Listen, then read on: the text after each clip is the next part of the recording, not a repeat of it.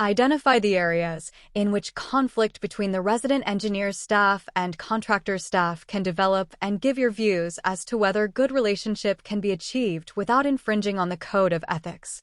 Illustrate your answer from your own experience. Answer. As a resident engineer, managing conflicts between the contractor staff and the resident engineer staff is one of the key responsibilities. Conflicts can arise due to a variety of reasons, including differences in interpretation of specifications, quality of work, communication, payment, safety, change order. In this essay, we will discuss these areas in detail and explore ways in which a good relationship can be achieved without infringing on the code of ethics. First, differences in interpretation of specifications. One of the areas where conflicts can arise between the resident engineer staff and the contractor staff is the differences in interpretation of specification. The resident engineer is responsible for ensuring that the work is carried out according to the specifications, while the contractor is responsible for the execution of the work. Any differences in interpretation of the specifications can lead to conflicts between the two parties. To avoid such conflicts, it is essential to have clear and concise specifications, and the resident engineer should communicate the expectations clearly to the contractor. Regular site inspections should be carried out to ensure that the work is being executed according to the specifications. If any deviations are observed, they should be discussed with the contractor immediately, and corrective actions should be taken. Second, quality of work.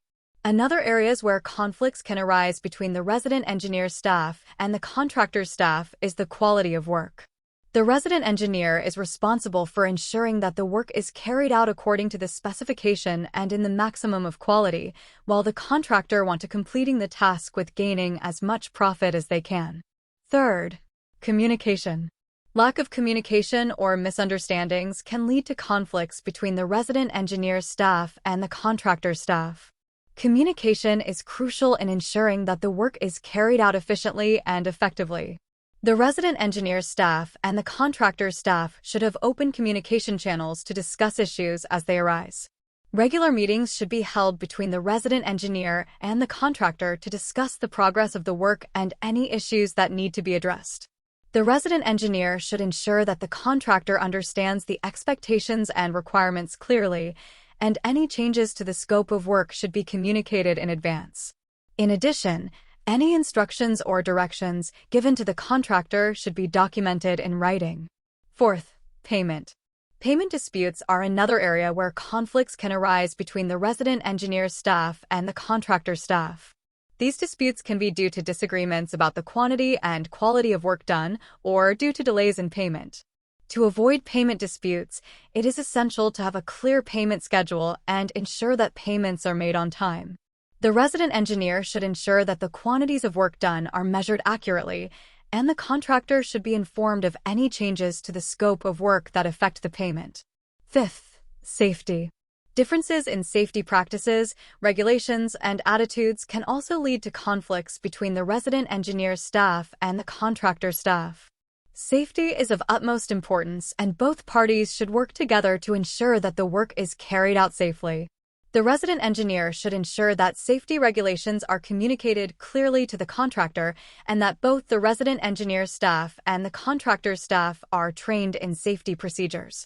Regular safety inspections should be carried out to ensure that safety procedures are being followed.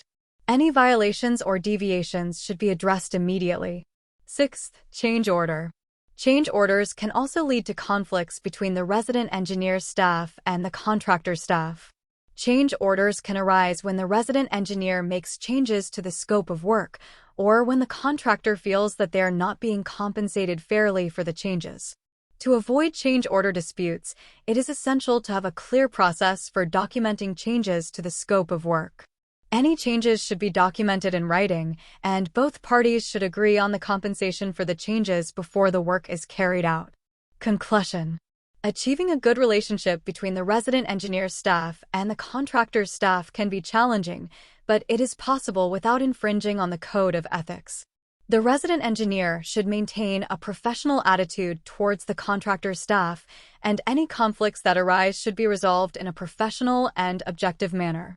In my experience, conflicts between the resident engineer's staff and the contractor's staff can be avoided by maintaining an open communication channel.